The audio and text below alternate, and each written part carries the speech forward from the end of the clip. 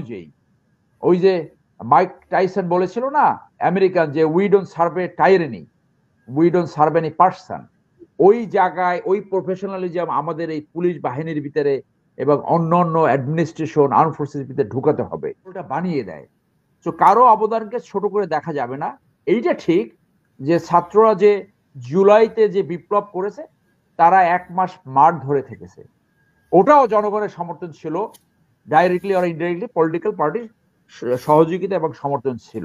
আপনার practising barrister, আপনি একটা এমার্জেন্সি প্রোক্লেমেশন করে আপনি 100 ট্রাইব্যুনাল করতেন, 100 ট্রাইব্যুনাল 50টা এই গণহত্যার বিচার করতো, আর 50টা এই দুর্নীতি যারা একটা মানি লন্ডারিং করছে তাদের বিচার করতে। একটু আপনার প্রশ্নের উত্তরে যাওয়ার আগে র্যাবের ব্যাপারে আর দুটি কথা বলি।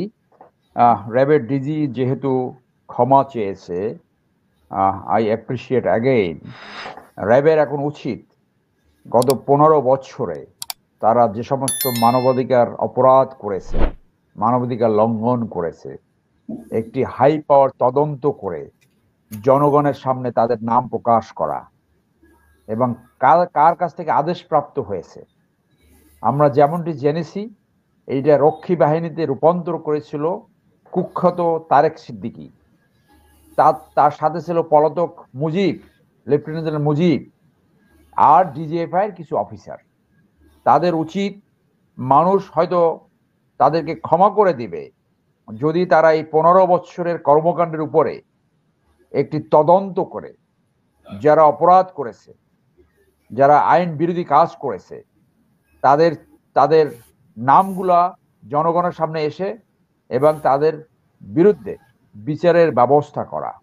তাহলে আমরা মনে করব যে র্যাব আসলে হয়তোবা ক্লিন হওয়ার চেষ্টা করছে। এইখানে যারা দুর্নীতি করেছে, আমরা জানতে পারি যে কিছু অফিসার মারাত্মকভাবে দুর্নীতিতে লিপ্ত হয়েছে, তাদের দুর্নীতি আনার্ট করে তাদেরকে দুর্নীতি দমন কমিশনে বিচারের জন্য তাদেরকে প্রেরণ করা উচিত।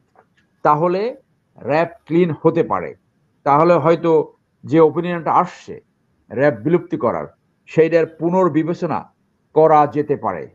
But again I will say যে পুলিশ, র্যাব অথবা কে কিভাবে চলবে, ইভেন ইন্টেলিজেন্স সংস্থা, এইটা অনেকখানি নির্ভর করে ক্ষমতাসীন যে পলিটিক্যাল পার্টি তাদের উপরে। ওইখানে যারা টপ নেতৃত্ব, যারা জনগণের ম্যান্ডেট নিয়ে ক্ষমতা আসবে, তাদের এই প্রতিশ্রুতি থাকতে হবে যে তারা শুধু র্যাব নয়, কাউকেই পলিটিক্যাল পারপোসে ব্যবহার করবে না।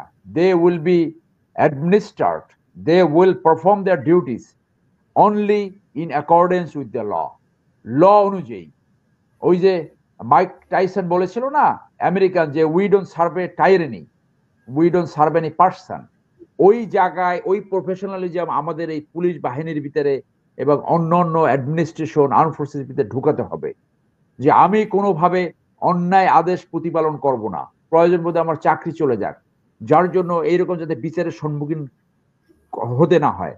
সবচেয়ে জঘন্য ঘটনা ছিল যেগুলা হাবিব ভাই বলেছে, 7 মার্ডার, আপনার এই যে মাজারের অর্থ লুট, ডাকাতি, এর চেয়েও জঘন্য ঘটনা ছিল যেভাবে কক্সবাজারের যে কাউন্সিলর একরামুলকে হত্যা করেছে। একরামুলের সেই মৃত্যুর আগে গঙ্গানি, আমার কালকেও একটা অনুষ্ঠান ছিল মায়ের ডাকে, সেইখানে শুনেছি, আপনার হৃদয় কেঁপে উঠে, আপনার চোখে পানি চলে আসবে যে কিভাবে তাদেরকে ক্রস ফায়ার করেছে। আমরা প্রাইভেটলি জানতে পেরেছি ওইখানে যে র্যাবের অফিসার ছিল সে নাকি পাগল হয়ে গেছে এবং ডিজিএফআই যে অফিসার ছিল সেও পাগল হয়েছে। পাগল তো হওয়ারই কথা, যে জীবন তুমি দিতে পারবা না, ট্রেনিং প্রাপ্ত হইছো, কমিশন পেয়েছো, কোন পরিবার থেকে এসছো যে এতটুকু অন্যায় আদেশ প্রতিহত করতে পারলা না? কই, আমরা তো 20 বছর চাকরি করছি, অন্যায় কোনো কিছু করা তো দূরের কথা, আমার কোনো সিনিয়র কোনোদিন তো একটা অন্যায় আদেশও দেয়নি। তোমরা কেন সেই মেরুদণ্ডের উপর দাঁড়াতে পারলা না? তোমাদের কান্না, তোমাদের পাগল হওয়া একদম বৈধ, শুধু সেইটা না, তোমাদের বিচারের সম্মুখীন হতে হবে। এবং ইকরামুলের এই হত্যাকাণ্ডের সাথে যারা জড়িত তাদের বিরুদ্ধে অলরেডি অভিযোগ এসছে এবং তারা খুব তাড়াতাড়ি বিচারের সম্মুখীন হবে বলে আমি মনে করি। যে 5ই আগস্ট ঘটেছে সেটা আওয়ামী লীগ এবং আওয়ামী লীগের দোসর ব্যতীত সবার অবদান রয়েছে, প্রত্যেকের। আজকে যে যে স্টেজটা রেডি করে দিছে, যে আপনার ক্রিশ্চিয়ান রোনাল্ডো, সে তো সব গোল করে না। ক্রিশ্চিয়ান রোনাল্ডো কিন্তু খেলাটা বানিয়ে দেয়, গোলটা বানিয়ে দেয়। তো কারো অবদানকে ছোট করে দেখা যাবে না। এইটা ঠিক যে ছাত্ররা যে জুলাইতে যে বিপ্লব করেছে, তারা 1 মাস মাঠ ধরে থেকেছে, ওটাও জনগণের সমর্থন ছিল, ডাইরেক্টলি আর ইনডাইরেক্টলি পলিটিক্যাল পার্টির সহযোগিতা এবং সমর্থন ছিল। তো সবাই ক্রেডিট পাবে। এবং এই যে সরকারটা গঠিত হলো, এইটা তো অত্যন্ত দুর্বল এবং অনভিজ্ঞ একটি সরকার গঠিত হয়েছে। কারো রাষ্ট্র পরিচালনার অভিজ্ঞতা নাই।